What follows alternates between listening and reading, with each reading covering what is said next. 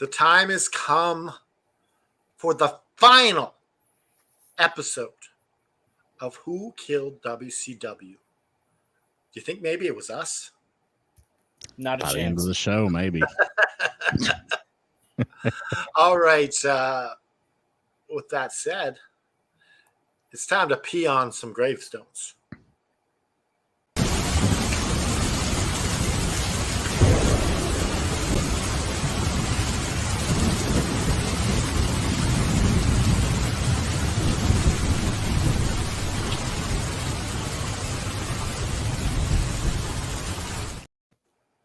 I just want to say real quick, whoever that is that's peeing on the gravestone, really dehydrated. You should probably drink some water. It's a hell of a pee, for sure. You notice that Worm is trying to get the hell out of there. He's heading to WWE. All right. Good evening, ladies and gentlemen.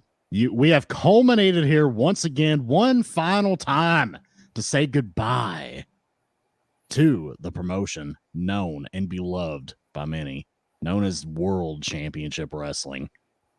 Right here on All Effin' Wrestling. Welcome, everybody. I am the Effin' expert, Mr. Isaacs. And I am the patron saint of professional wrestling. I'm that gingered up, bubbly son of a bitch. I'm Canada Effin' Dry.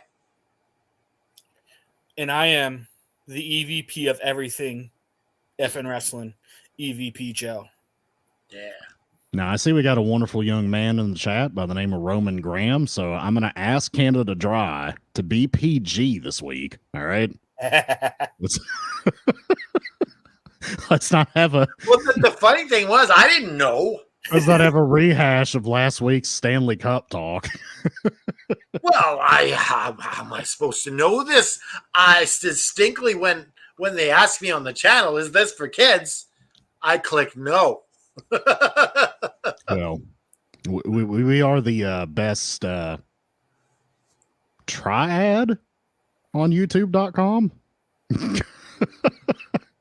Had to come up with an alternative word there than what we usually use on a Saturday evening. We are the Holy Trinity of All Effin' Wrestling. There we go. That works. That works.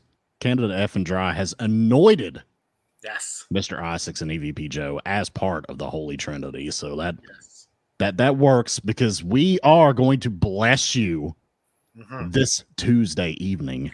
Just touch your screen and send us $29.95, and we will make sure that you're going to get rich.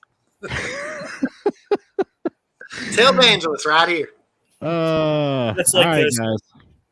In two ahead, easy Joe. steps, I can make your $29.95 my $29.95. In one small step. All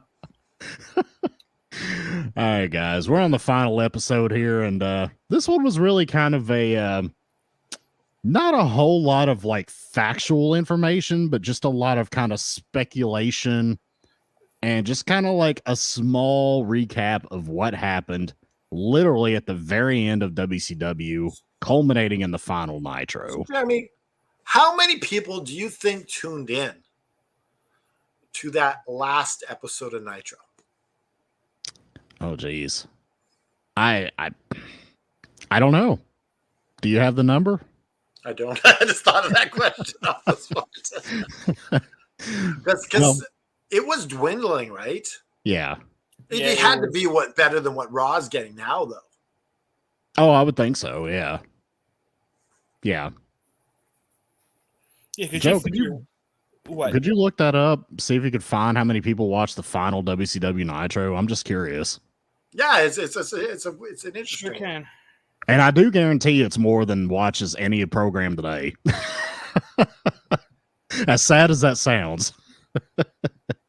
Let's see what Roman said. He said, "Fun fact: did you know that Halloween Havoc 1997, Rey Mysterio was supposed to lose his mask, but Eddie made it, so he didn't." Fun fact. I think I had heard something like that. Fun fact. Yeah. And Roman, just so you're aware, that is my pick for the best wrestling match in WCW's entire history. It was Rey Mysterio versus Eddie Guerrero, Halloween Havoc 97. That's interesting. Mm-hmm. Are you going to say Brett versus Benoit. I don't know if it was long enough. Yeah. And the Benoit killing people later, it kind of taints it. A little bit of a downer. Ironically, like Google doesn't know. They said there's no information about it. Interesting. Oh, really? Huh. That's interesting. But I guess Like, we don't need other ratings for this shit. we can't find the Nielsen ratings from it's like that was 23 years ago, pal. Get over it. It's dead. but back to my son's story. Like, Yeah. I saw something recently. Like, up until like the night of that pay-per-view, Rey Mysterio was supposed to lose his mask. Like, could you imagine Rey Mysterio losing his mask in 1997? That would have been a huge mistake. Yeah, Yeah. it was a huge mistake when they did it later on in the 2000s. Yeah. Yeah, when they did Rey it in like Mysterio was a 2000. good-looking guy. He is. I He's mean, a good-looking dude, yeah. But how many masks did he sell? That merchandise money had to Listen, be. Jeremy has opened up a whole new side of myself.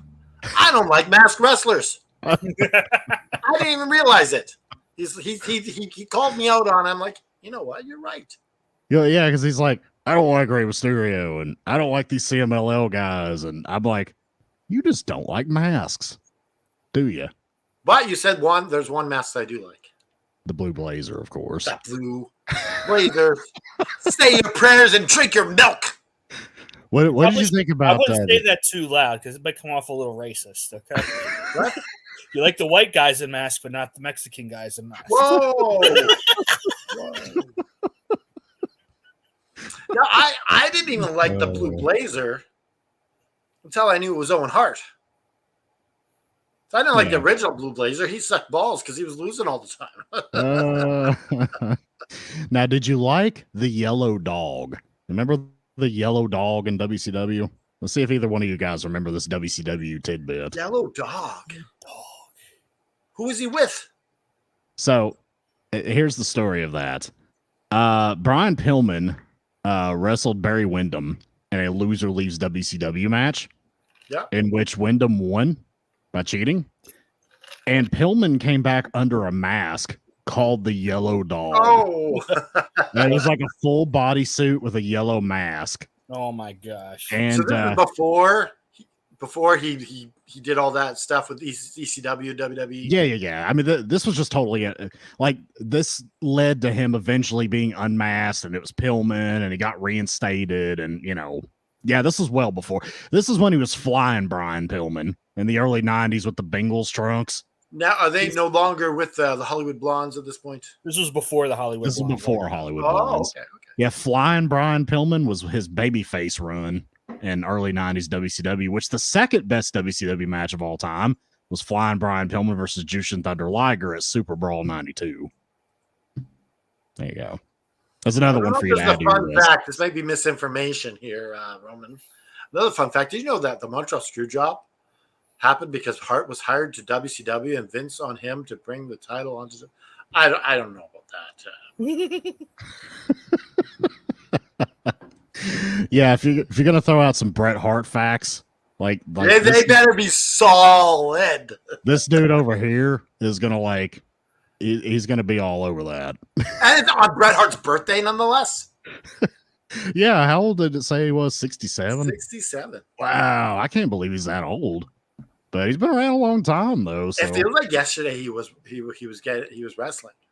Yeah. It feels like yesterday he was 66. I'm pretty sure I have that sound somewhere on my soundboard. Okay, so I might as well ask it now since we're just chumming here. Yeah. Who do you guys believe is the most underrated WCW wrestler? Well, I'll go first. Okay. For me, it's one of my favorite wrestlers from the 90s, Ultimo Dragon. I loved Ultimo Dragon. He was the perfect mix of cruiserweight wrestling with martial arts, did the spinning kicks and all that. He was also in New Japan, and I think he wrestled in CMLL a lot. but I loved Ultimo Dragon. And he would walk out with all the belts that he collected from all the different companies he worked for, and he had Sonny Ono as his manager. He was awesome. I loved him. Him walking out with all those J Cup titles. Did he get anywhere in WCW past the Cruiserweight title?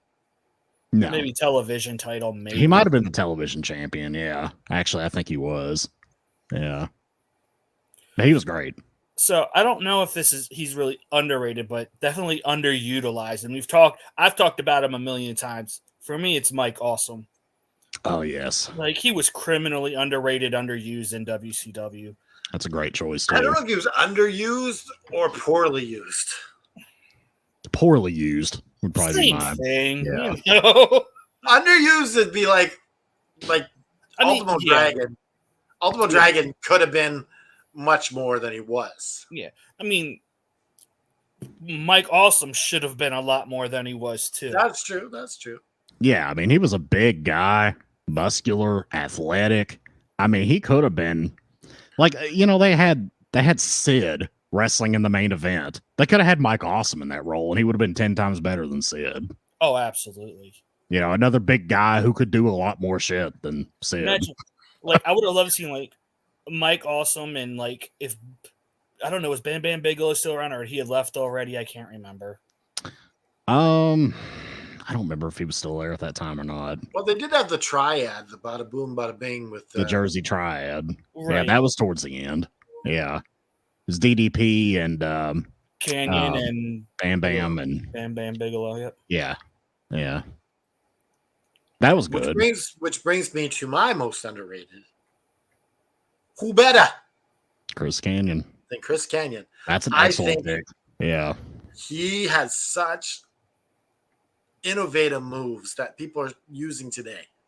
Yeah. I sense a Sunday afternoon top 10 list. Most underrated WCW guys. Yeah. Or most underrated wrestlers of all time. Yeah, there's so many ways you could take it. That's going to be hard of all time.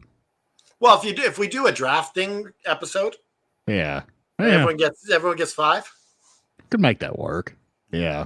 But that I love that pick too. I think we all three had great picks. All three of those guys should have been tremendously more than they were. Absolutely. I mean, you could I would even argue I ran through a list of people Eddie Guerrero to me could have been on that list of underrated guys in WCW. Yeah. And Eddie was he created the LWO. So I think yeah. They knew what he was. He was US title too, wasn't he? Yeah. Yeah. I think if he hadn't have left for WWE, he probably would have become bigger in WCW. I don't know. I think he was at his limit there in WCW. Yeah, I kind of agree with Canada Dry here. I think he was. I don't think with the current structure that they had that they would have pushed him. Now they pushed Benoit out of that group, but I don't think. And then he left 2 days later. Yeah, they put the world title on him, and he left, which we discussed on the last episode. Which was a. I got another question. Yeah, I don't know if you want me to ask it now or you want me to save it for later. Depends on what the context is. Is it about something in the show or something? Something to do with WCW and the WWE. All right. Who would you have pushed that from WCW that wasn't pushed in WWE? Who would I push in WCW that was not pushed? I mean, I don't know if this is really a push, but I would have said DDP personally. That's a good one. He was big in WCW. And then they tried to do that stupid stalker angle with him, and that just didn't work. Then he was emasculated by the Taker's wife, pinned by him. I didn't like DDP is an excellent pick, and possibly would have been mine, but I'll go a different route. I'm going to say Raven. Excellent pick. Raven was so good in WCW and ECW. And when he went to WWE, they just used him as a job guy, basically. And I hated that. Raven was way too talented. They were like, who the hell let Johnny Polo in here? I mean, WWE did the same thing with Perry Saturn, which is ridiculous. And he was part of the Radicals for a bit there. Yeah. Raven, man, his promo ability and like he had the look, he had the gimmick, like his promo ability was amazing, his mic ability, his DDT was awesome, probably the best DDT of anybody, honestly. Yeah, that even flow DDT was so good. Raven was amazing, and Raven, I hated that DDP, WWE. those are amazing picks. Funny story. I went to a WWE house show in I think 2001, 2002 maybe. And I randomly saw Raven walking through the crowd and was like talking to some chick that was in the audience. And it looked like he was, I don't know if he was like trying to get her to come backstage with him or what, but he stood out there for a while and talked to this lady and then just like walked off backstage. And like nobody noticed him but me. All right. My pick is someone who's been on this channel.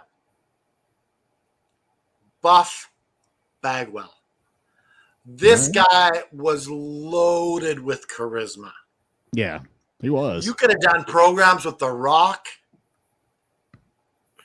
Unfortunately, he got screwed over on that first Yeah, match. like it was really dumb just because him and I think Booker T. I think was that those Kidman that they had a fight in. Oh, I was talking about the main event match. Oh yeah. But I think they had when they were training, and it was Shane Helms he got in a fight with. Yes, so they were in OVW together. Snatched in the head with glass. Yeah. Was it real glass? Yep. Well, I don't even know if it was even glass, if it was like frozen ice or something. He got hit in the head with something. I think it was like, wasn't it like a frozen water bottle or something like that? Yes, because he told the story on the channel. Yeah, but it was Shane Helms he got into an altercation with, and it you know, that kind of led to his demise. Yeah, I agree with you. I think Buff had the look and the personality to have perfectly fit WWE in like 2002. I really do. I think he could have done some real like entertaining stuff. Oh, for with some of the characters that they had at that time, like The Rock. Yeah, absolutely. Jericho, him and Jericho, like that would have been interesting. Yeah, they could have partnered him, had him be like Jericho's lackey or something like that. That could have worked. That would have been cool. I would have liked that. That's a damn good idea. See, if we could go back and write history, like we could put some real cool shit into these shows. Well, if we're rewriting history, I'd stop. I'd make Goldberg train for 2 more months. Just 2 months? No, he probably needs a little bit more than that. Probably 2 more years at least. Yeah, WCW's dead by then. He doesn't become. He's just showed up to the power plant and the lights have been shut off. He also shouldn't have been the guy. No. But kind of just a general rundown of this episode. Yeah, we kind of looked into the business end of why WCW ended. We get the highlights showing the AOL Time Warner merger.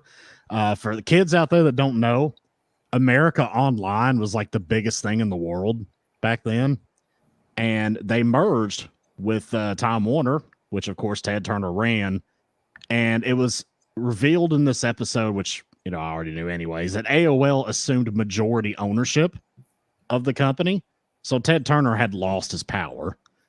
So Ted Turner, who was basically the only guy around Time Warner who wanted WCW, no longer really had a voice. And that kind of led to some odd business dealings backstage. Brad Siegel has a friend that worked for WWE that he had known for many, many years. I'm looking for the guy's name here, and Stu Snyder. That's who it is. His pal Stu was a bigwig in WWE at the time, and those two ended up talking to each other, which ended up with WWE making the sale.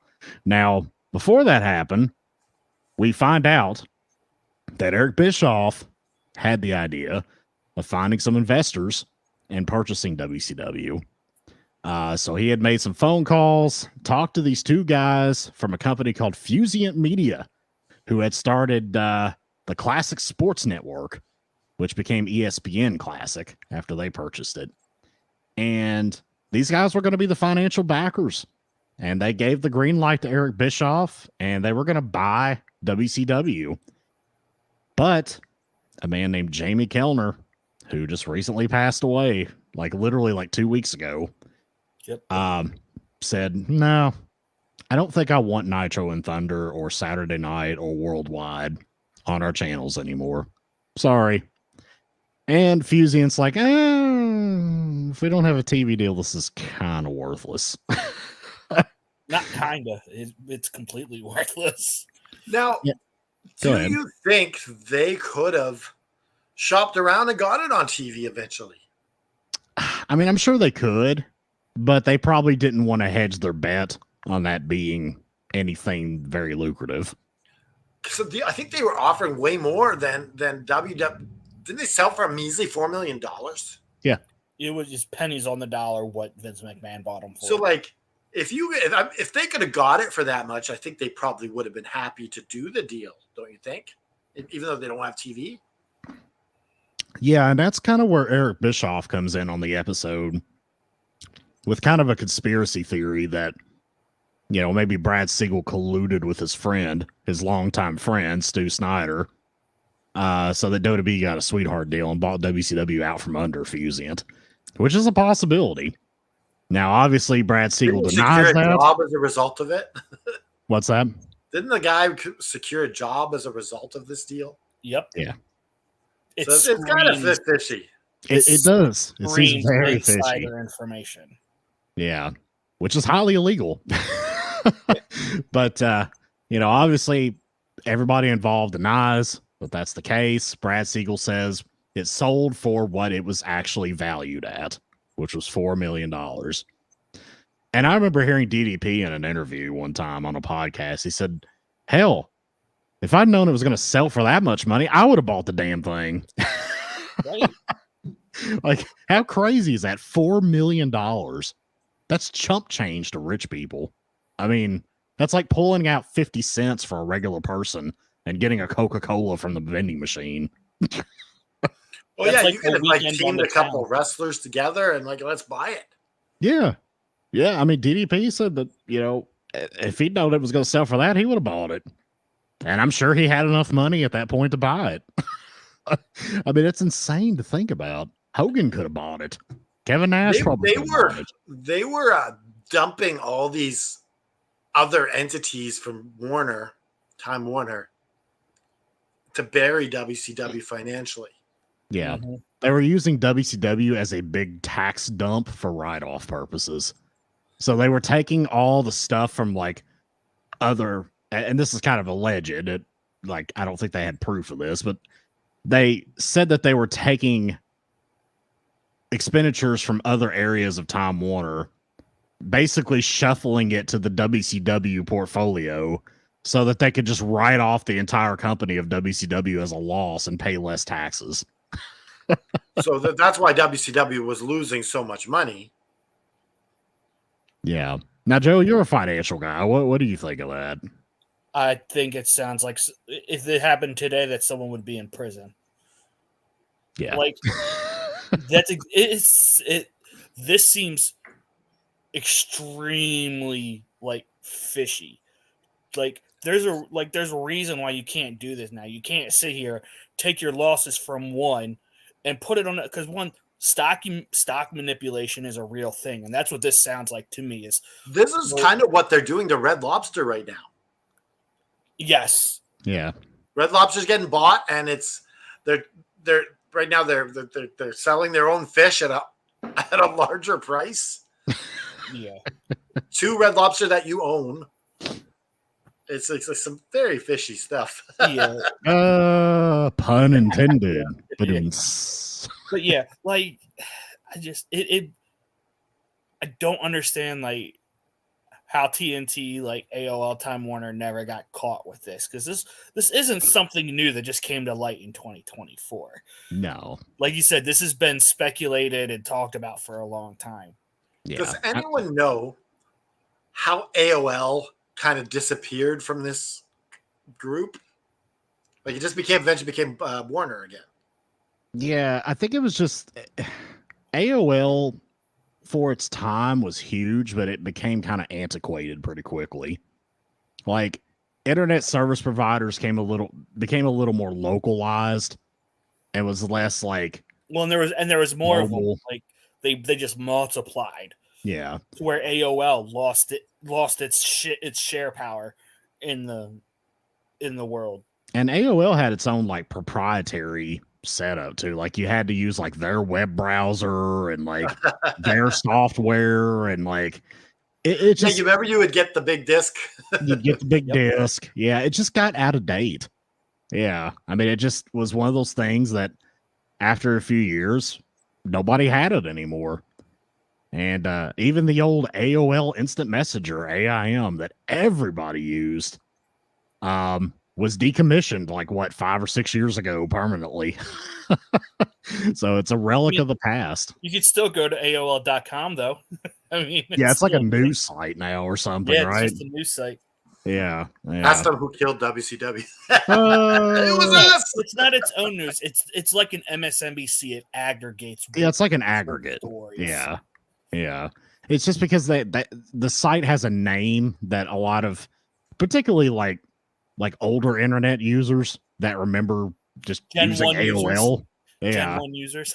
like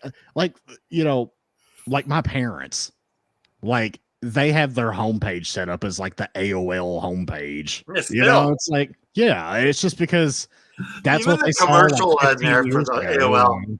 What's The that? old people are getting all excited. Oh, we got mail. I always like the what was it, the mail notification from Eurotrip. Do you remember that movie? Yes, I love that movie. They go, mail, motherfucker. Nice. But yeah, they always had the you got mail, like notification whenever you get like an email, and then you would try to pull up the email and you'd see the little like paper tray with the little digital paper coming down for like 10 minutes before it pulled in a 5 kilobyte email. It was the good old days, right? And you probably hear booms going on in the background. There's people like setting shit off here in my apartment complex. We're getting ready for 4th of July. They're getting ready. Yeah, they're already setting stuff off here. I mean, I can hear 2 it. in my- days. Come on, people. This will No, go like- on all week. Like tomorrow, I'm not going to be on DAD because right down the road, like 20 minutes from my house, another town, they're doing a salute to veteran service. So they're doing Okay. fireworks. Excellent. And That's cool. then on Saturday, my neighborhood, we all donated like $3,000 and we went out and bought a massive amount of fireworks for setting Wow. off on Saturday night. Hell Is this yeah. everyone just chipped in and got $3,000? Yep. Wow. Everyone just chipped into one guy, and him and one of the other guys going to take his truck up to PA where they sell them legally because you can't do it here in Maryland. The way the fireworks law is in Kentucky is that if you live out in like a county residence, you're allowed to shoot like rockets in the air, but if you live in the city, it just has to be like ones that just like spray up and they don't actually like propel into the air. Yeah. You know, like you can't even buy it here anymore. Really? Yeah. Yeah. That's no fun. we like to blow shit up in America. So like it's one of those things that there's a law against it, but like nobody enforces it ever. But we don't even get fireworks in Vancouver and on Canada Day anymore. It's canceled. Wow. Interesting. We Did used to somebody get set it. something on fire or something. Unpatriotic bastards. Yeah, it's just a bunch of people whining. Oh, it's scaring my cat. It's scaring my dog. See, it's starting to get that way here. It already Like- is here. It's getting to Like- the point to where like the Karens are out trying to Yeah. ruin the 4th of July every year now. Yeah. Eventually they're gonna get it killed. There's another big boom. Hell yeah. Murph. Who killed the fireworks will be our next series. Nobody. Ain't Karen nobody. killed the fireworks. Karen. It was Karen. Damn it, Karen. Quit bitching about everything. Canadian Karens. Canadian Karen. Just spell Canada with a K, Canadian Karen. Now, I would like a Canadian Karen over an American Karen. I'm sorry. You're probably bright on that one. Yeah. American Karens are pretty brutal. I don't think you really want to deal with an American Karen because I guarantee you Joe has, and I know for sure I have, and it's not fun. Even a At least, Karen. a Canadian Karen. She'd be a little polite. I imagine a Canadian Karen would be pretty polite. Yeah. Not pretty polite, a little polite. She'd be like, I'm sorry if I offended you. I'm trying to watch the damn hockey game. Can you please shut up? Do you know I got shooshed in a Starbucks? Oh my God. You gotta That's tell your us the first issue. story. You're in Starbucks. Let's hear this. I gotta hear Okay. this. So me and my buddy, we're sitting there talking about hockey. We're talking about sports betting. We're just having a good time talking about this stuff. And there's these people that are reading not too far from us. And they're like, excuse me, can you guys be quiet? We're trying to read. And I said, if you want to read, go to the library. This is Starbucks. They did not like that. I'm Who all goes to amped up on who goes out in Mocha public to read a book? You know who? Canadian Karens. Yes, they were Canadian Karens.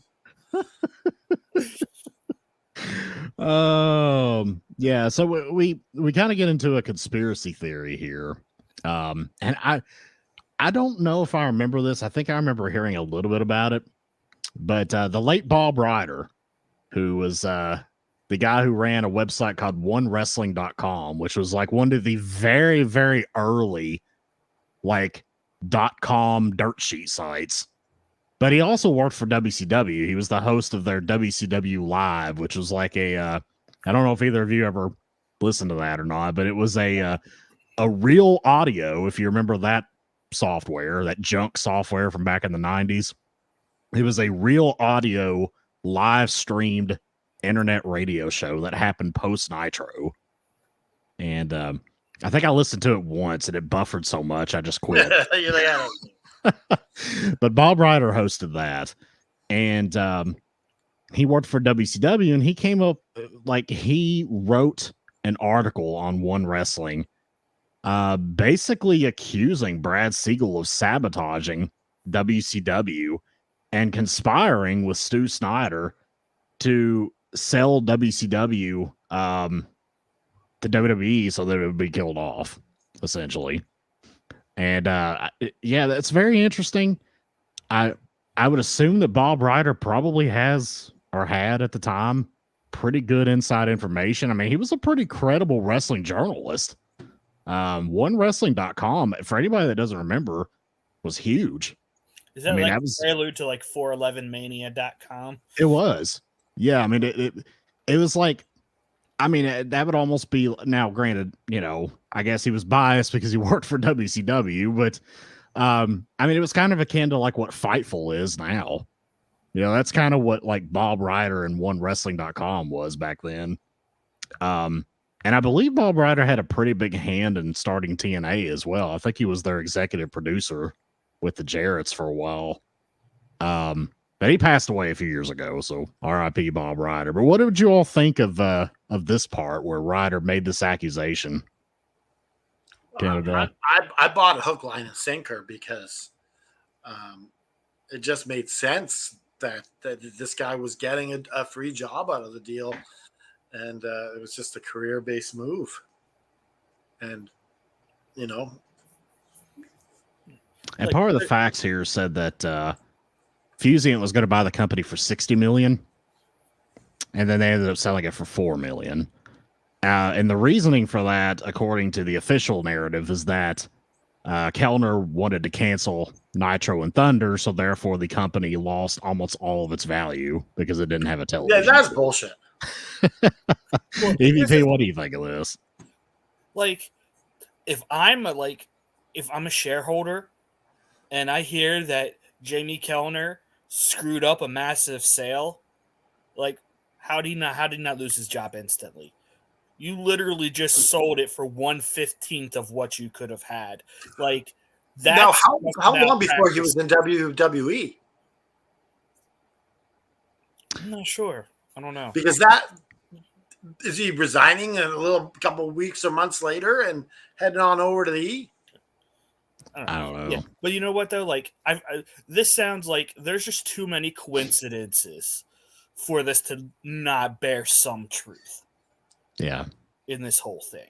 Because like if they're offered $60 million for this thing, you could still at very least get $12 million. Yeah. And Bischoff kind of laid out what his vision was for WCW. They were going to reboot, and they were going to have a pay-per-view called The Big Bang, and it was going to be the rebirth of WCW, and it was going to set up a residency in this location of Las Vegas. They were going to run Nitro every Monday night, and I guess Thunder, presumably. They didn't mention it, but they specifically said Monday nights. They were going to run there every Monday night in Las Vegas and set up residency there, and that was going to be the home base of WCW. And do you think Mhm. there is a parallel universe where WCW got rebooted? the Bizarro world. Well, no, you know, we talked about parallel universes before, I mean, it's a Where- possibility. Who knows? where this actually survived and I mean, there's if you buy into the parallel universe theory, then clearly there's a parallel universe where WCW took out WWE. oh, What if and then it died Ted itself? And then we don't have wrestling no more. Well, Like, what this if would WWE actually did go bankrupt in 1996 and Ted Turner bought them? Yeah,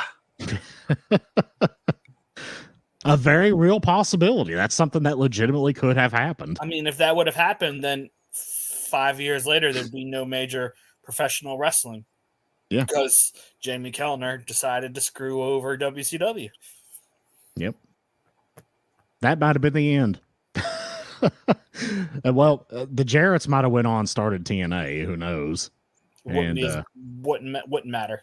TNA would it be shitty if TNA was the only wrestling promotion today in North America? besides, oh yeah, Like, how terrible would that be? It'd be horrible. I could guarantee you I wouldn't be sitting on this podcast right now. no, I don't think there any of would us would, honestly. There I would don't be think no FN wrestling. There would be no prediction leagues. There would be almost no wrestling podcast. I mean, it'd be like so niche. It would be like, you know, a podcast about like The Sopranos or something. Like there might be two of them. You know, I mean, there wouldn't be like a bunch like there are now, but it definitely makes for some interesting what if moments for sure. But we see a lot of footage of the final Nitro, and it's said here that this was never before seen footage. It was like home video footage, basically, from like a guy who worked backstage, and I thought that was pretty fascinating. Like he talked to Dustin Rhodes and was like, "Do you think this is the end of WCW?" Yep, this is it. There's a reason he knows the business. He's like, I'm going to become Gold Dust again. It's like, yep, I'm putting that gold suit on, brother. I'm getting the fuck out of here. That was basically what Dustin Rhodes insinuated.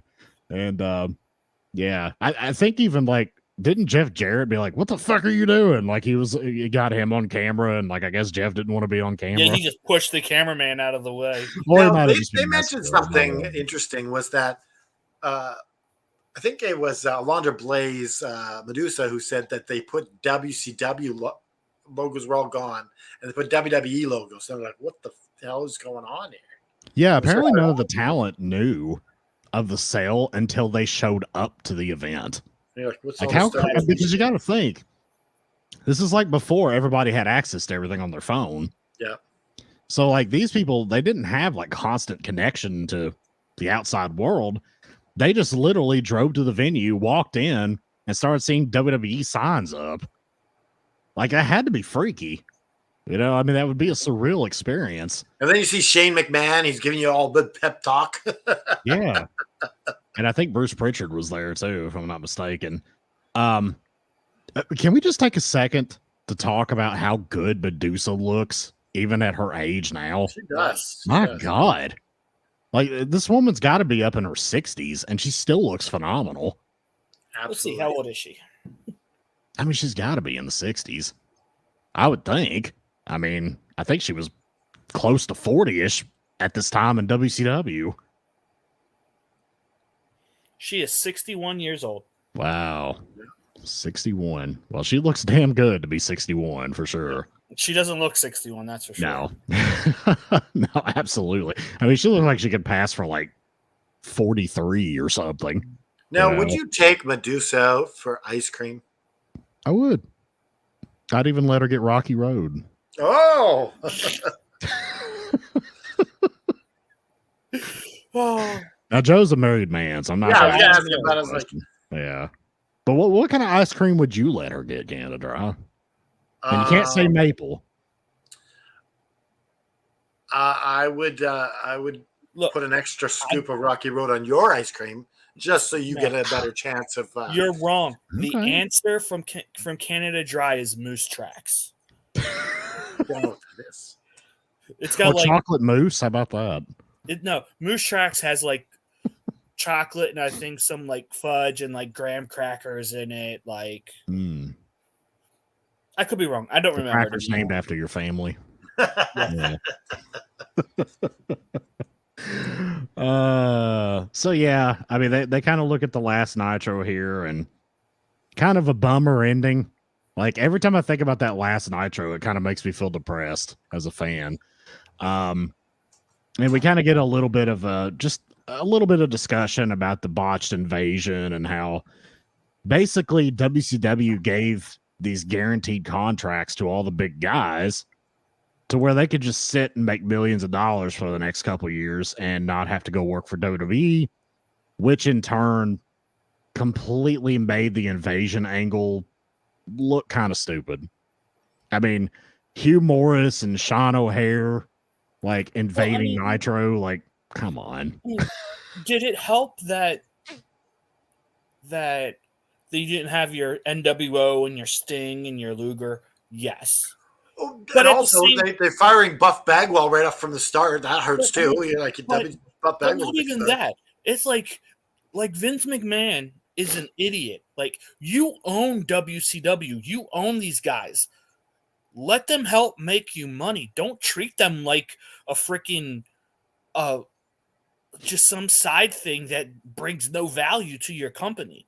Like, they could have brought in so much value to your company, but because you're stuck in your ways of, oh, if I didn't create you, you're not good. Yep. Do you know who was getting beat a lot in the new WWE was Chronic. Yep. Yeah. But these guys were freaking amazing. Yeah. Like, You've had Brian how Clark cool on could- here, haven't you? Huh? Haven't you had Brian Clark on here? Yeah, we had Brian Clark on here. Yeah. Yeah, and Brian, that was a cool tag team. Like, They were badass dudes. They Speaking of were. tag- Yeah.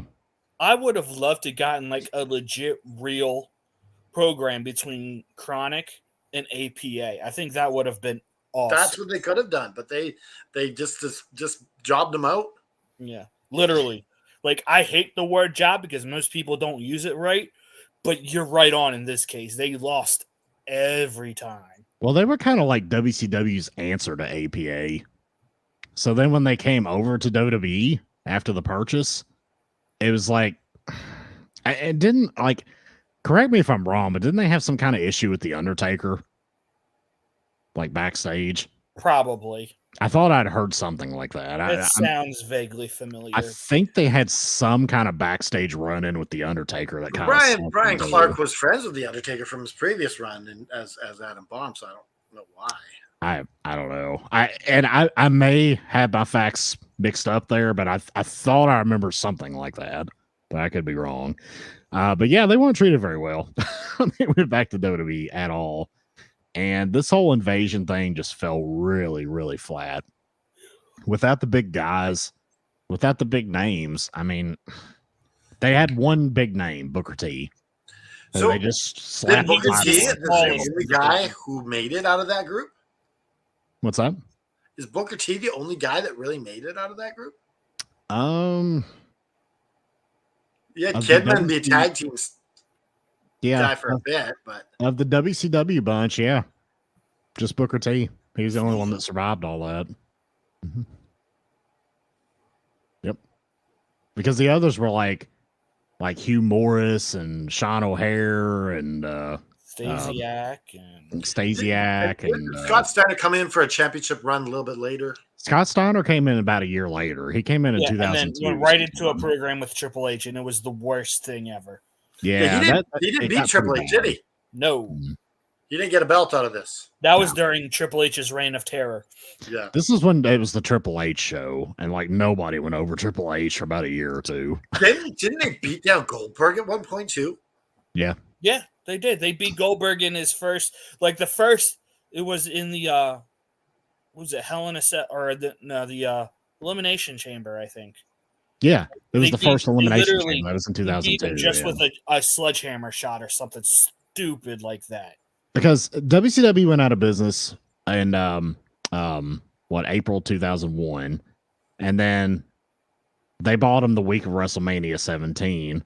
Then they started the invasion angle that went through like the fall of 2001. But then later, about a year later in 2002, that's when Scott Steiner, Ric Flair, and Goldberg all showed up. But you also had the destruction of the NWO.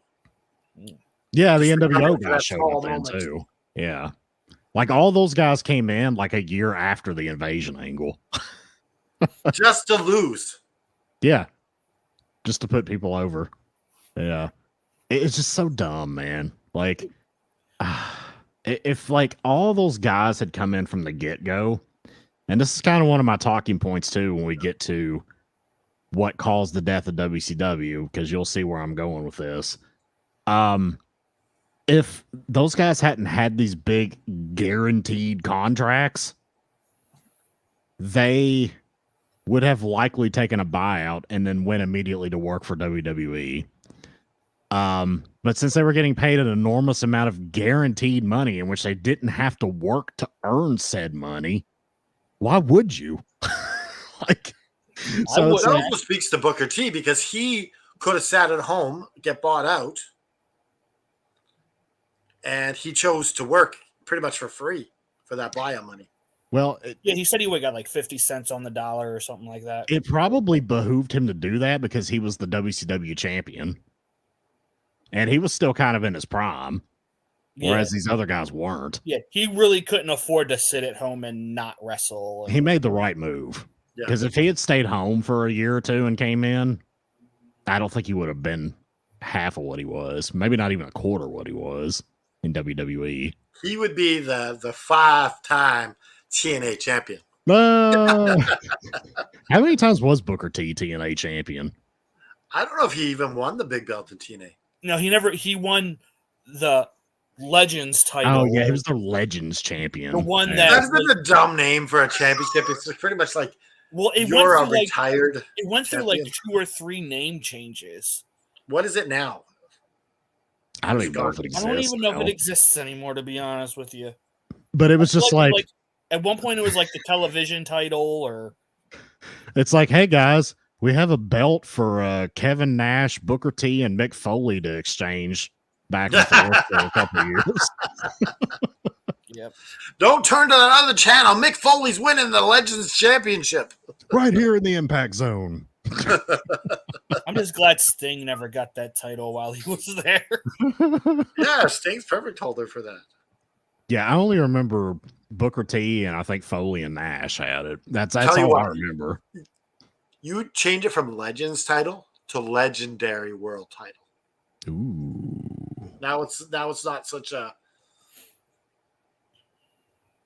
the legend. Or you could even call it like the kind of like in Brazilian Jiu-Jitsu, they have a division called the Masters Division, and it's just like all the like over 40s. You could have that. You could have the Masters Championship for any wrestler over the age of 40. How about that? Yeah, it's an age limit thing instead of a... What's that, Joe? Ric Flair at 70s winning that bad boy. Whoa! Do you Did you remember guys how they notice how fought young Flair? Ric Flair looked in this last episode compared to how he Oh is now? yeah, Flair looked really good back then. I mean, if you look at him now and then look at him back then, I remember thinking he looked old back then, but now, Yeah. No, dude. Like even in his early, like the early 2000s in WWE, go look at him now. Which I mean, of course, I thought he looked old as shit then, yeah, but look He at him looks like, now. dude, And back then then he then. looks phenomenal.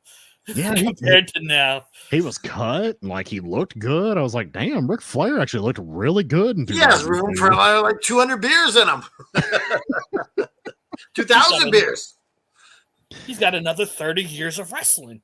I'm Drinking gonna and wrestle wrestling. till I'm 100. Woo! What if he does a match? I mean, God bless him. I hope he does live this long, but wouldn't hatch my bet on it. But what if he wants to wrestle when he's like 90? No. I don't see him lasting that long, bro. I don't either. I mean, I hope he does. You know, all joking aside, but yeah. You know, this is a little off topic, but recently an old writer for WWE did an interview. Who was it? I don't remember his name, Hmm. but they said when Ric Flair was like, everyone thought Ric Flair was going to die. Like they literally had like 3 different shows written. Oh yeah, I remember that. They Oh, wrote a wow. bunch of them. Damn. That's wild. I mean, you got to think, like, you got to have people prepared for if something like this happens. It's like, like CNN and like news agencies, they do this. If they- CNN has a video that will play during the end of the world. Yeah. Really? And I think it's near. I think it's to REM's End of the World as we know it. As well.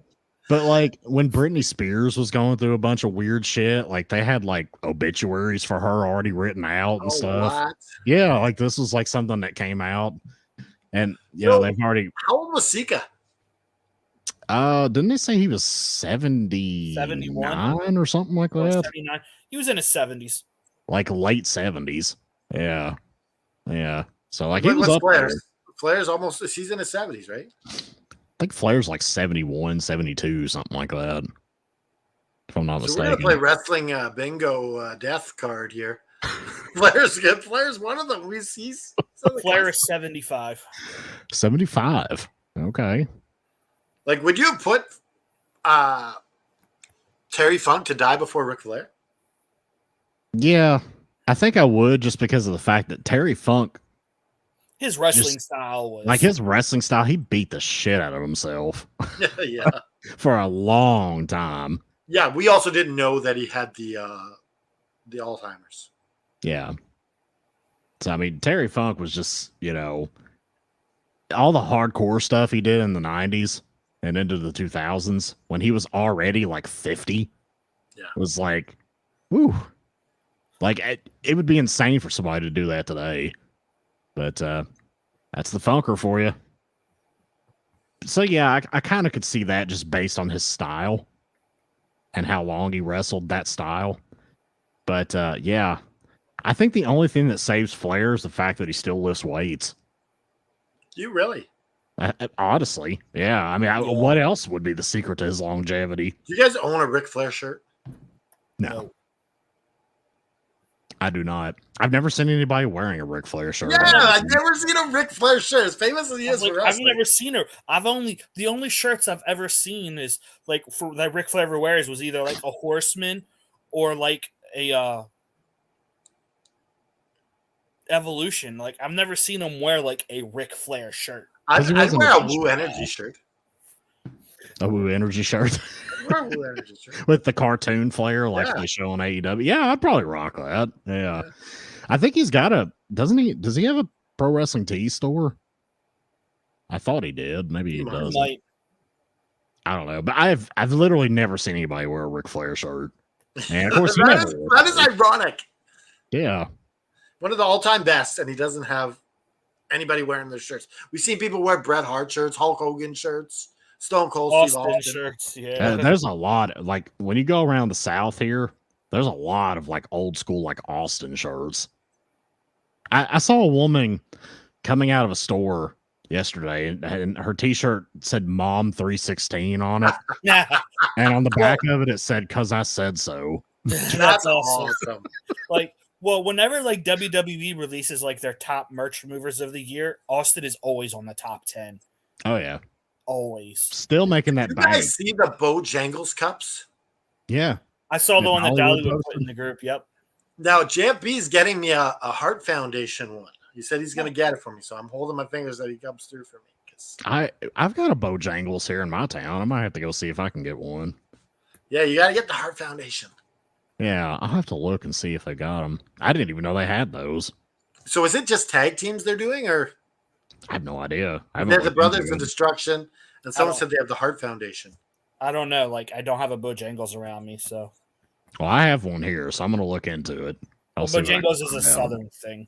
Yeah. Yeah. Obviously, I'm not getting any Bojangles. It's a Southern thing. Yeah, we got one here in my town, so I'll check it out and report So back. if JFB doesn't come through for me, I'm going to need you to get me one of those Heart Foundation cups. I'll see what I can do. If I can get my hands on one, I'd send it to you for sure. So. Speaking of, I mailed Haney his shirt that he got for his wife. Mm-hmm. It was the soccer jersey for the show they just did, Clash at the Castle. Oh, so okay. I went to post office to mail it, and the first I grabbed one, they're like, it's going to be $60 to ship it. I'm like, can we do this cheaper? They're like, yeah, I grabbed this one. It was $20. No. I'm not paying. Obviously, he's reimbursing you, right? Yeah, he's already reimbursed me. It's just $60 to ship a shirt for that isn't even worth $60. Yeah, so that's nuts. So I guess that wasn't available for him to purchase in Scotland. Yeah, he had to get shipped to my house, and then I shipped it to him. I think he was going to ask me, but I think it would be even more money from Canada. Probably. I would imagine Canada probably has higher tariffs. Yeah, I would assume. So, like, I think I said, why don't you ask him from the States, because it's going to be cheaper than me shipping it. Yeah. Yeah, but the first time I had seen those cups was when Dollywood made that post. And I was like, I got a Bojangles here. I'm going to have to check that out.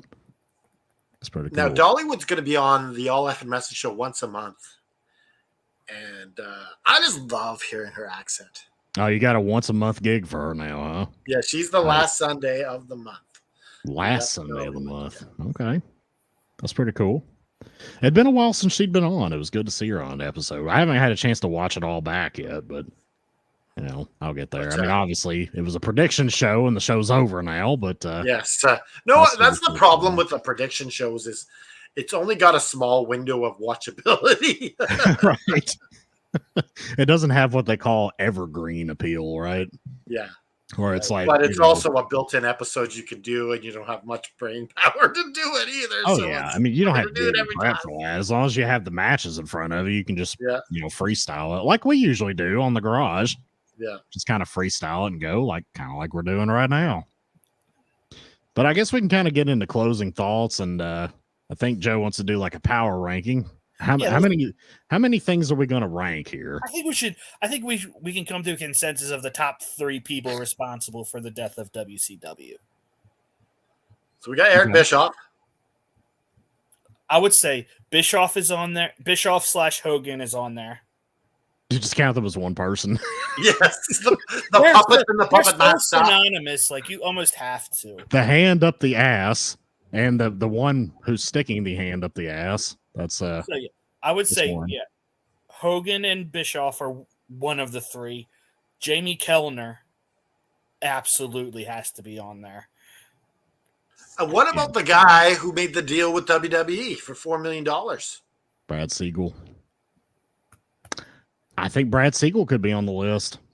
Because if he doesn't do that, does this other group buy WCW for cheaper? Can we get back to this real quick? Because I just thought of something, right? Mm-hmm. Because the week before Eric Bischoff makes that announcement on WCW that I'm going to have a big announcement, and they have been working on this deal for a while.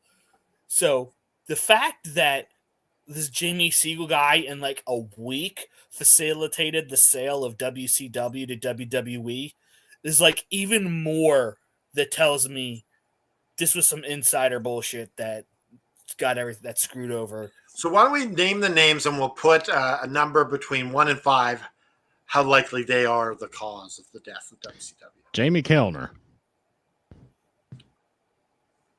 I think 2, because he's the final nail. Okay. Canada Yeah, Dry, he's what the would you one say? He's the one that said we're not going to have you on WCW TV no more. Yeah, he And was that the was a big- executive that said we're canceling Nitro and Thunder, period. Yeah. I would I'm put him gonna say a 3. Okay. 3. See, I would probably put him. I think I'd have to say 2. All right, Eric Bischoff. 1. For me, he is 1 because he's the one who set out. He's the one who put WCW on this fire and burn crash course. If he wasn't the one giving out these fully guaranteed contracts, if he would have done more compelling things, like if WCW was actually good after the NWO, even if he was canceled, he still could have bought WCW for a discounted amount and still shopped it around and got a good deal for television. Canada Dry, what say you? I'm gonna say 2 because I think Eric Bischoff, he didn't have anything past the NWO, and you have the most legendary wrestler of all time under your contract, and you fumble the ball with him and make him look stupid beneath Hogan. I'm talking about Bret Hart, obviously, and also his Sting. The thing what he did is Sting. You couldn't get a win because you don't have a tan. You ain't got a damn tan. What's wrong with you? I'm gonna say talking on that again. I think I'm gonna say Eric's probably number 1 too. Yeah, I mean I think Eric did a lot of good things for WCW, but I think he also did some things that led to its downfall. And here's the point. The overarching point that I was making earlier about the guaranteed contracts. If WCW didn't give out guaranteed contracts to all these guys, I think more of them would have jumped ship immediately to WWE. The invasion would have been a lot more star powered. And who knows, that might have triggered Vince to continue WCW as a separate brand. Right. Because Do you think that they could have got Hogan without the creative control? Do you think he should have stood his ground? I can't give you creative control. WCW? Yeah. Are you talking about? No, I don't think there was a chance in hell. No, They got Do you think Hogan wouldn't have come? No. Because he's burned his bridge already with Hogan with WWE. I understand that, but he had also been working in Hollywood. He probably just would have went Hollywood full. Yeah, I but you waited out for Hogan. I think what Hogan would have done is I think he would have went to Hollywood for 5 or 10 years, and then I think he would have made amends and went back to WWE like he did do. I don't think so. I think he's sitting on his couch, not getting any movies or getting some shitty movies, and realizing he's not a big star, and he calls Eric, so yeah, I'll take the deal. Listen, pal, we are not going to smear the good name of Suburban Commando here. All right. Well, I mean, Have you seen this movie? You don't even know if it happens. I loved it when I was a kid. Because if Hogan sits out and doesn't come in until 97, 98, like you said, 5-6 years, he's not there to do the NWO. I don't think it's 5-6 years though. It's months, not years. I don't know. Possibly. I don't know. This guy's ego is too big not to be in the spotlight. This is true. You got this money sitting for him, and all you got to say is, "We can't give you creative control. Sorry, I can't allow that." Remember when he briefly tried to start his own promotion after this? Remember the XWF? No, you guys remember this? No.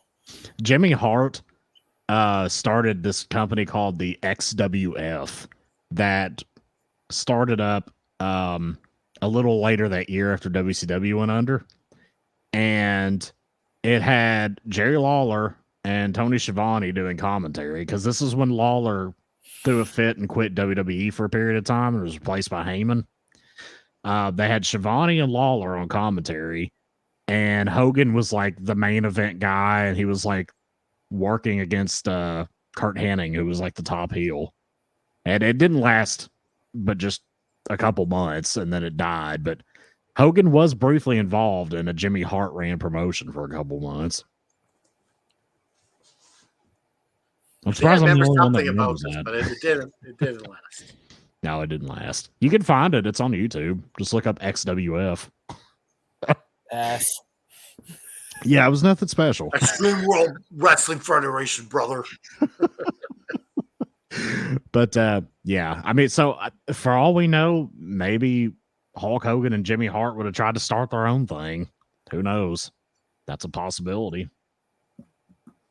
There's all kinds of what ifs of what could have happened here, but yeah, I think the guarantee. But getting back to the point at hand here, I think the guaranteed contracts, in hindsight, prevented WCW from being a bigger entity in the invasion, which probably stymied Vince McMahon from starting a WCW brand within WWE.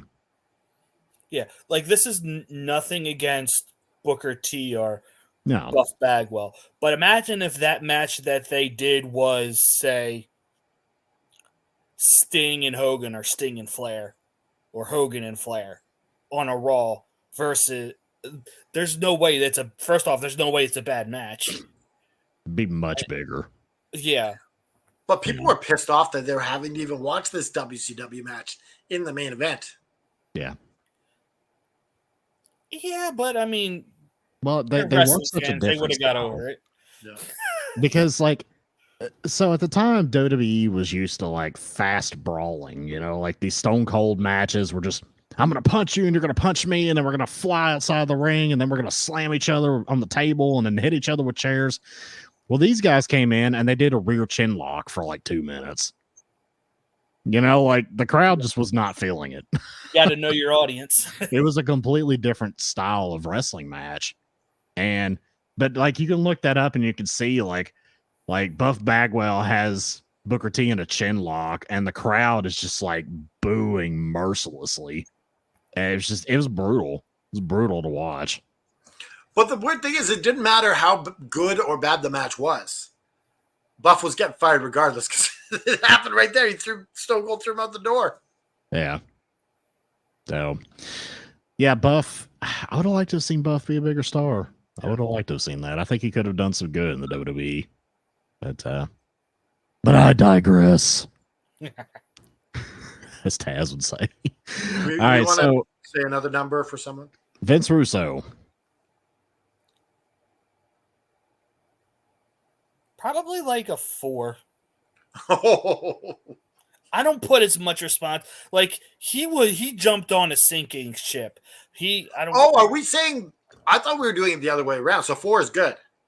Yeah. Oh yeah, I One- thought 1 was. Oh, okay. One is I'll like go the on person one that we think is the most responsible. Okay. Yeah. So and that's probably what I would say too. For Russo, I'd probably say a 4. Because I think the damage had already been pretty well done by then. And even though creatively he kind of did some weird shit, I think that the guaranteed contracts and the creative control and all of that, I think that had already screwed WCW over. Yeah, like he didn't save WCW, but he didn't expedite or make it worse. Like it was already CTD. So Yeah. Then you got to look at this. Vince Russo is responsible for Booker T being a big star that he is today. Mm-hmm. Yeah. This is true. Yeah. I mean, there's definitely a silver lining in some things that Russo did. His problem was like his self-worth was way overinflated. Yeah. That's his major. He thought he was way more important than he really is. Very true. Yeah. So, like the thing that Russo did that to this day still makes me cringe hardcore was the Oklahoma thing. Oh, that was absolutely awful. Tasteless, and Ferrara. classless. It's the reason why Jim Cornette got into an altercation with Ed Ferrara at like a Legends event and spit in his face because he played the Oklahoma character. That But he it's was not his fault. Like you're just doing what you're told. On WCW, you could say I'm not doing it, and it was fine. But the way that he mimicked JR and like sticking the tongue out and But pretending that's what he was told you. If you're doing a up. good job, like I don't blame that guy.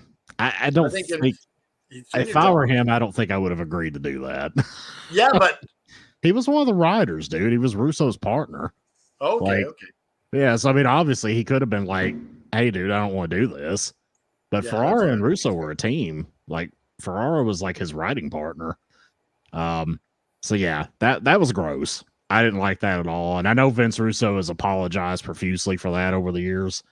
Do you think if Ferrara had a little bit more power, they would have? Because it seems like they needed to be a team more than Russo being on top. I don't know. I mean, I know Ferrara was always who he worked with. I don't think he worked with him in TNA, but that was his riding partner in WWE and WCW. He followed him to because WCW. originally it was the powers that be, and then it became Vince Russo. Yeah. Because he was just like an off-screen shadowy figure with a strong New York accent. Yeah. Remember that? It was like, oh, it's like a mafia boss has shown up and he's running WCW. And then it turns out to be Vince Russo. But yeah, I'd probably say Vince Russo is probably 4. So we had Kellner, we had Bischoff, we had Russo. I guess we need to come up with 2 more. About Brad Siegel. What would you say about him? Well, he's the one that did the deal, so I think he's got to be a. I think he's got to be a 1. He's your number 1. I mean, I've already done 1, 2, and 4, so I'm going to throw him at 3. I think I had Bischoff at 1, Yep. and I had Kellner at 2. Yep. Me and you have been on like the same page so far. I'm going to have Siegel at 3, and Russo was my 4. Okay. All right. Yeah, I mean, it's one of those things that it's like, these guys could be interchangeable. Yeah. Speaking I mean, of interchangeable, I have a very good 5th candidate, but we'll finish talking about this one. I think we're good. Who's your 5th guy? I think we're good. Who's the number 5? Ted Turner. Yeah. I think Ted Turner is a good number 5. Yeah. I'll put him as number 5. And I will put him as 5 as well. Because regardless of what you say, he was the boss of all bosses. He's the one who didn't intercede. He was too hands off. He probably wasn't. Yeah, he wasn't hands on enough running his product. He bought WCW because he wanted to be in the wrestling business. The wrestling business. The wrestling business. Yeah. Like if he would have cared about WCW like he cared about the Atlanta Braves. Oh yeah. How many pennants did the Braves win? I'm glad you mentioned his sports teams because he also owned the Atlanta Hawks. And on this episode, they showed a picture of him standing next to, remember El Gigante? Yep. It was Giant Gonzalez in WWE when he wrestled Undertaker with the weird bodysuit. But when he was in WCW, he was El Gigante. And he was literally an Atlanta Hawks reject that Ted Turner liked personally and didn't want to just fire him from the Hawks. So he ordered WCW to take him and use him as a wrestler. So WCW had him first, then WWE got him. Yep. Yeah, he was El Gigante in WCW. He was just like a complete shit wrestler. He couldn't wrestle at all. What position did he play? He was a babyface.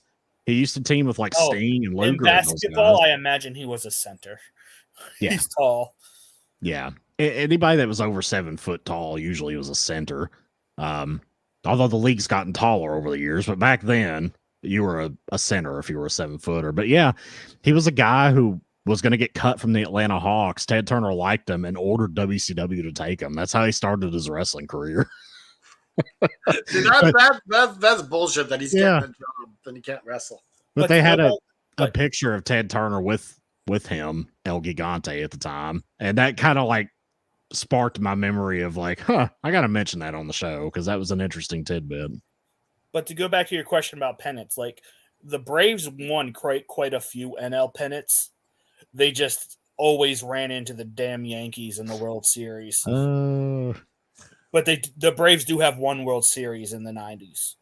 They were badass in the 90s. Dude, I love the Braves in the 90s with Smoltz, Glavine, and Maddox. Yeah. Do you guys think that the guys who are keyboard warriors on social media talking shit about AEW, do you think they had any memory of WCW? No. I think all they've known is WWE. Yeah. I think maybe some of them, because I know I've seen older fans crap on AEW, and I know they have to know WCW. Unless they're just guys that just literally watched WWE back in the 80s, and that was like mostly what they watched. I don't know. Yeah, I think there's a few of them, but like, how could you not like competition after what happened to WCW? Yeah, you got to have competition. If anybody wants to know what it's like not to have good competition, look at 2002 WWE or look at like 2015 WWE. Because it's pretty fucking awful both years. Look at a lot of WWE. It wasn't good. Once WCW went away, Vince McMahon quit trying. Yeah. Plain and simple. Yeah. It even got the early years of AEW, WWE was pretty bad. Yeah. It got pretty rough. So, I mean, you got to have competition. I mean, to be fair, WWE isn't even, like, for me, isn't that good right now. Sorry. I don't enjoy watching it. Like, Raw last night is 3 hours long. There was too long. 50 minutes of wrestling last night on Raw. That's it. I'm sorry. I watch wrestling for wrestling. If I wanted to see people talk, I'd watch a soap opera. They need to trim that back down to 2 hours because 3 is just too much. Like I don't think it's gonna. I don't know. I thought I heard some rumbling that Netflix they might cut it down to 2. I don't know. I don't know. Dude, but I hope they do. If they do, then that WWE roster becomes even more bloated than it already is because you're losing an hour of screen time for your people. Yeah. Well, we'll just see less of bullshit, hopefully. I don't think so. I think the show's going to get a lot better when they go to Netflix because then they're not going to have to censor themselves and they're going to be trying some different things. And I think it's going to improve the product. So I'm curious to see what they do with it. I'll hold judgment because anytime WWE tries to take itself serious, it's really fucking corny. No. Like, you are professional wrestling. There is an aura and a little bit of ridiculousness.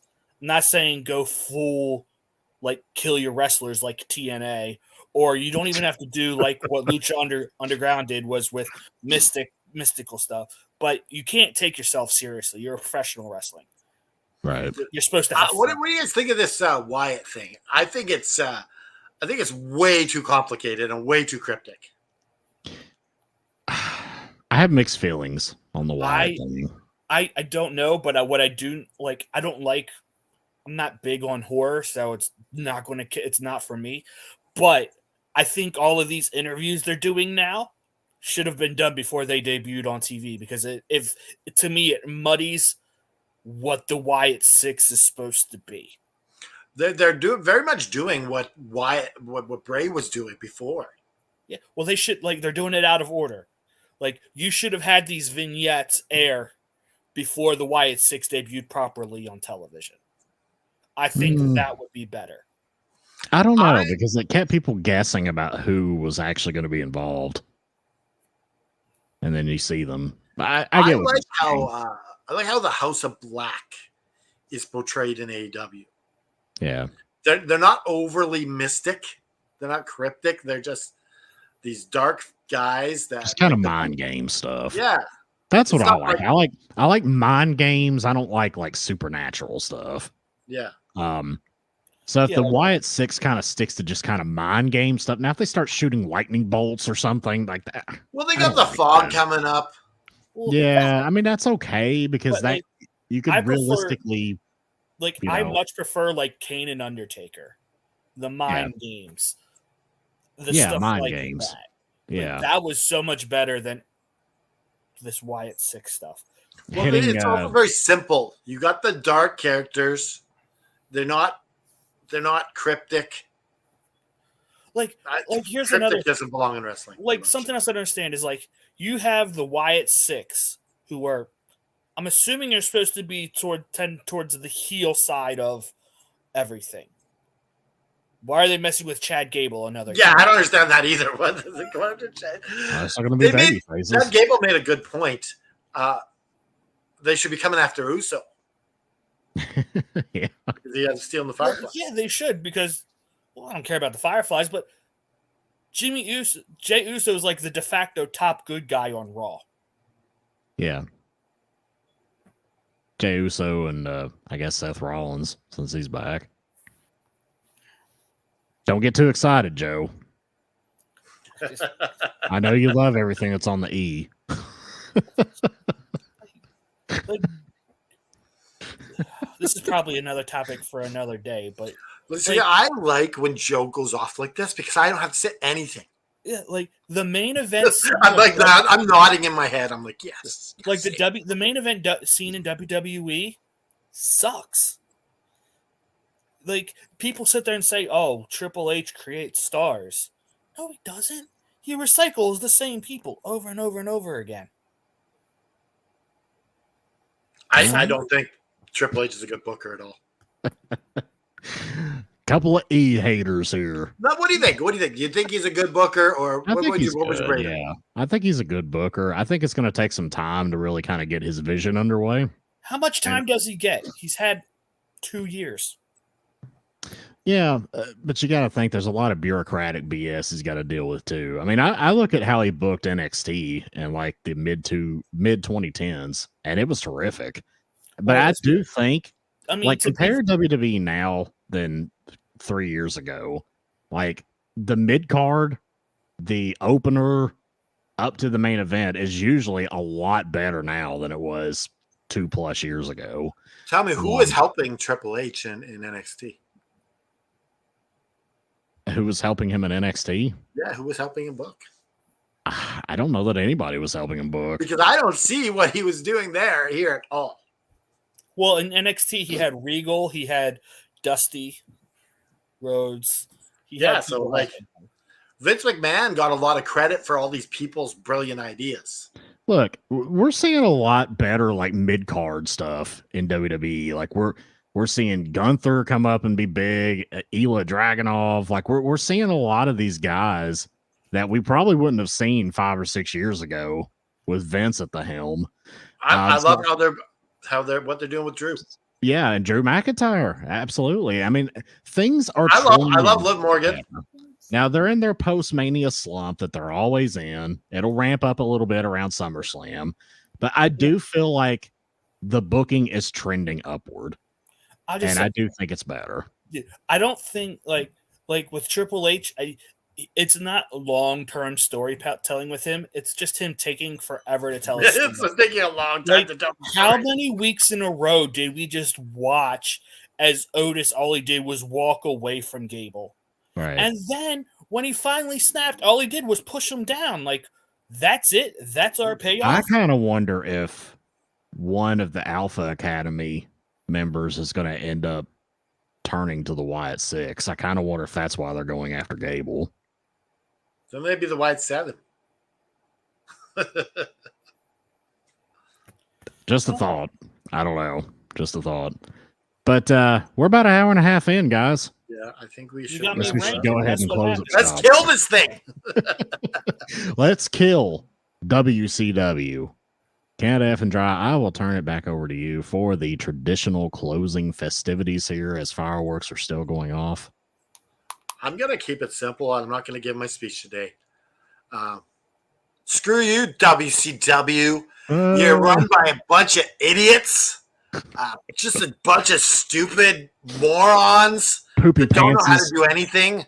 Anyone know anything? We are going to have one more episode next week. Got to plug our episode. Yes, but this is not related. Mm. No, It's going to be a special, a Special special Tuesday night. All Effing Wrestling Investigates. Yes. So next week, we got what was it called again? What do we call it? Is wrestling dying? Yes. Is pro wrestling dying? We're going to have a philosophical look and debate about the state of professional wrestling in 2024 and how we see it trending in the future. It's going to be a fascinating conversation. And So we'll start that. We'll start with one episode. Maybe we'll get to two, but maybe it'll just be one episode. yeah, So we'll see where that goes. But other than that, screw you, WCW. Why don't you just kiss my ass and why don't you just die? yeah. Stupid Screw you, WCW. America Online. I hope you go out of business too. Dial-up internet. No. Take your mail and shove it up your ass. All right, we'll see you guys later.